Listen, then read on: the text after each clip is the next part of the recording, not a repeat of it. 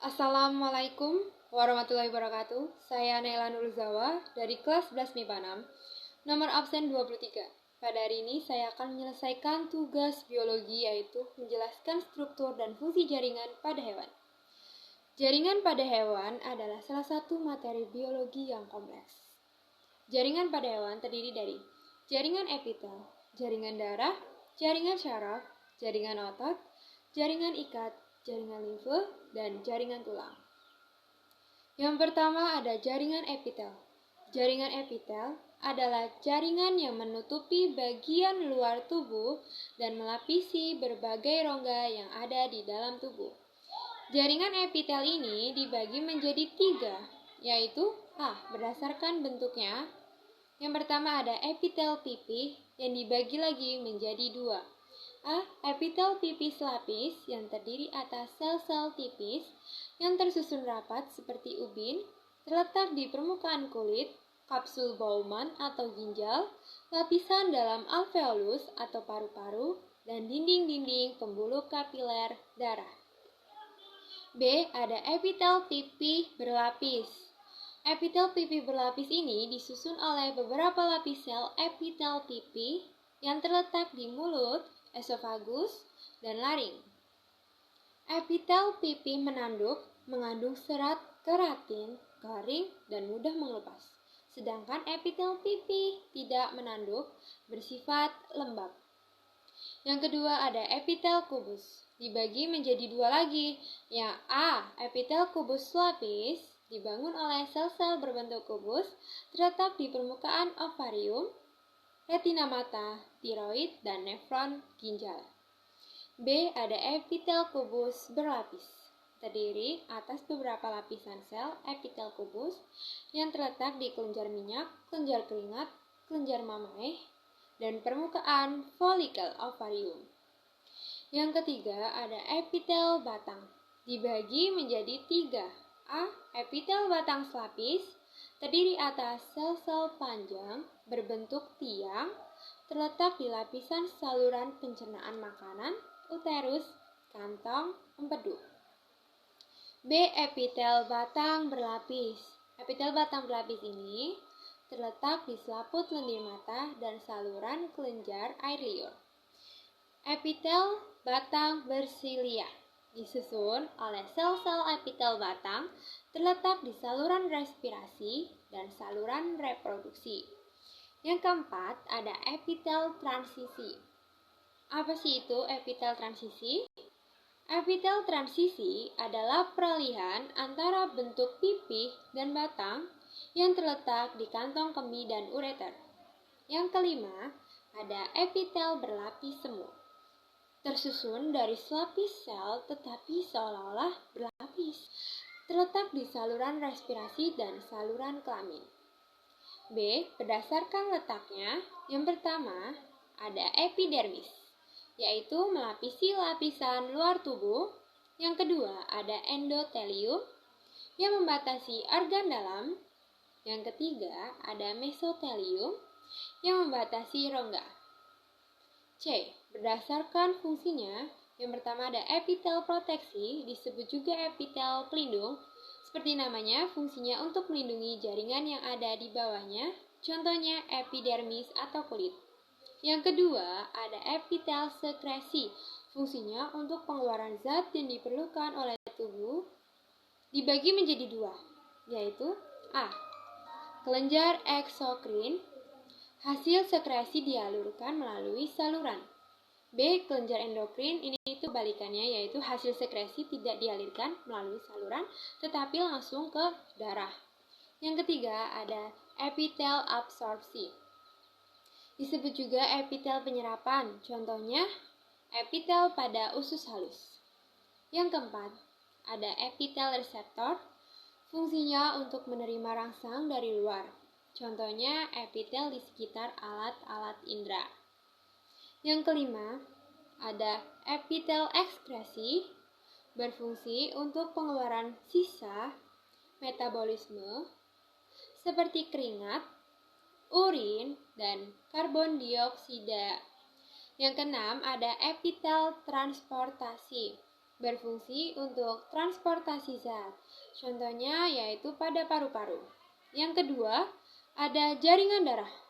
Jaringan darah adalah cairan tubuh yang berfungsi sebagai alat transportasi. Jaringan darah ini dibagi menjadi dua, yaitu A. Berdasarkan komponennya. 1. Sel-sel darah. Terdiri atas sel darah merah atau eritrosit, sel darah putih atau leukosit, dan keping-keping darah atau trombosit. Yang kedua, ada plasma darah. Plasma darah merupakan cairan yang mengandung sel-sel darah terdiri dari zat makanan, protein, sekresi, dan gas. B. Berdasarkan ciri khasnya, sel-sel darah dibeda-bedakan, yaitu sel darah merah, sel darah putih, kepingan darah itu berbeda fungsi, bentuk, maupun cara kerjanya. Yang ketiga ada jaringan syaraf. Jaringan syaraf tersusun oleh sel syaraf atau neuron. Jaringan syaraf dibagi menjadi dua, yaitu A. Berdasarkan fungsinya, yang pertama ada syaraf sensorik atau neuron afferent, menyampaikan rangsang atau impuls syaraf dari organ penerima rangsang atau reseptor pusat susun syaraf. Yang kedua, ada syaraf motorik atau neuron afferent, menghantarkan rangsang atau impuls syaraf dari syaraf pusat ke organ-organ efektor seperti otot dan kelenjar. Yang ketiga, ada syaraf penghubung atau asosiasi. Penghubung atau penghantar impuls syaraf dari satu neuron ke neuron lain atau dari syaraf motorik ke syaraf sensorik. B. Berdasarkan letak. Yang pertama ada sistem syaraf pusat, otak dan sumsum tulang belakang. Yang kedua ada sistem syaraf tepi yang terdiri dari sistem syaraf somatik atau syaraf sadar dan sistem syaraf otonom atau pembuluh darah dan jantung. Yang ketiga ada jaringan otot. Jaringan otot terdiri dari sel-sel otot yang berfungsi menggerakkan berbagai bagian tubuh berdasarkan ciri khasnya. Jaringan otot dibagi menjadi tiga, yaitu A. Otot polos. Otot polos itu berbentuk gelendong dengan ujungnya itu meruncing, memiliki satu inti di tengah. Reaksi terhadap rangsang, gerakannya cepat dan kuat tapi itu mudah lelah. Kontraksi, kecepatannya paling lambat, bekerja tanpa sadar, terletak di dinding organ dalam. B. Otot lurik. Otot lurik ini berbentuk silindris, panjang dengan ujungnya itu tumpul, kebalikan dari otot polos, memiliki banyak inti di tepi. Reaksi terhadap rangsang, kerjanya lambat tapi tidak mudah lelah. Kontraksi kecepatannya paling cepat, bekerja secara sadar, melekat pada rangka. C. Ada otot jantung, berbentuk silindris, bercabang, dan menyatu, memiliki satu inti di tengahnya. Reaksi terhadap rangsangannya, yaitu kerjanya terus-menerus, tidak mudah lelah. Kontraksi. Kontraksinya yaitu kecepatannya sedang, bekerja tanpa sadar, terletak di dinding jantung. Yang kelima, ada jaringan ikat. Jaringan ikat merupakan jaringan yang mengikat jaringan yang satu dengan yang lain. Jaringan ikat dibagi menjadi tiga, yaitu A. Berdasarkan sel penyusunnya. Yang pertama ada jaringan ikat padat terbuat dari serabut kolagen yang putih tersusun rapat, kompak antara satu dengan yang lain. Serabut kolagennya tidak elastis. Yang kedua ada jaringan ikat longgar, susunan serabut selnya longgar, terdapat sel-sel dan serabut syaraf antara lain fibroblastis dan makrofag. Yang B, berdasarkan fungsinya, yang pertama ada jaringan ikat longgar. Fungsinya yaitu mengelilingi berbagai organ, menopang sel-sel syaraf dan pembuluh darah yang mengangkut zat-zat makanan ke sel-sel dan zat buangan keluar dari sel-sel. Menyimpan glukosa, garam-garam, dan air untuk sementara waktu. Menyokong jaringan dan organ. Yang kedua, ada jaringan ikat padat. Fungsinya untuk memberikan sokongan dan proteksi, menghubungkan otot-otot pada tulang atau pada tendon, menghubungkan tulang ke tulang pada ligmen. Yang ketiga ada jaringan rangka, melindungi organ-organ tubuh yang lemah, penyokong dan pelindung tubuh sebagai alat gerak pasif, tempat pembentukan sel-sel darah. Yang keempat ada jaringan hematopoietik, berperan dalam pembentukan sel darah merah dan sel darah putih. Yang kelima, ada jaringan adiposa yang berfungsi sebagai cadangan makanan, bantalan lemak untuk melindungi organ dari benturan mekanis, pengatur suhu tubuh. C. Berdasarkan letak, yang pertama ada tendon, menghubungkan antara otot-otot dengan tulang-tulang. Yang kedua ada ligamen, menghubungkan antara tulang dengan tulang. 6. Jaringan limfe. Jaringan limfe ini merupakan bagian dari darah yang keluar dari pembuluh darah.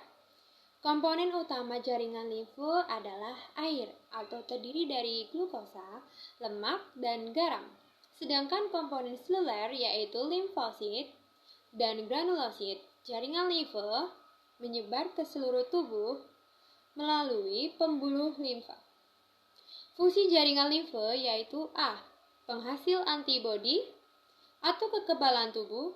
B. Mengangkut cairan, jaringan protein, lemak, garam mineral, dan zat lain dari jaringan ke sistem pembuluh darah. C. Emulsi lemak. 7. Jaringan tulang. Jaringan tulang berupa jaringan penguat atau jaringan penunjang. Jaringan tulang dibagi menjadi dua, yaitu A. Berdasarkan asal. Yang pertama ada tulang keras, dibentuk oleh sel pembentuk tulang atau osteoblast, menghasilkan matriks yang disebut osteosit. Yang kedua ada tulang rawan, tersusun dari sel-sel rawan atau kondrosit yang menghasilkan matriks berupa kondrin. Tulang rawan, hialin, matriksnya berwarna putih kebiruan, mengkilat, dan jernih. Sedangkan tulang rawan elastis tersusun dari serabut, kolagen, elastis, matriksnya itu berwarna kuning. Tulang rawan fibrosa, matriksnya sedikit dan berwarna gelap. B. Berdasarkan bentuknya, yang pertama ada pipa atau panjang. Seperti pipa, dengan kedua ujung membulat berbentuk bonggol, contohnya tulang paha, tulang lengan atas, tulang hasta, tulang pengumpil, tulang betis, dan tulang kering. Yang kedua ada pipi, berbentuk pipi, tebal dan lempengan. Contoh, tulang tengkorak, tulang rusuk, tulang dada, tulang belikat. Yang ketiga, pendek, berbentuk bulat, berukuran pendek, tidak beraturan. Contohnya tulang telapak tangan. Yang keempat ada sesamoid, tulang kecil berbentuk biji. Contoh tulang patella. Yang kelima, tidak beraturan, bentuknya tidak menentu. Contoh tulang rahang, tulang wajah, tulang punggul. Ruas-ruas tulang belakang. Itu juga. Itulah rangkuman materi mengenai jaringan hewan yang dapat saya jelaskan. Kurang lebihnya mohon maaf. Wassalamualaikum warahmatullahi wabarakatuh.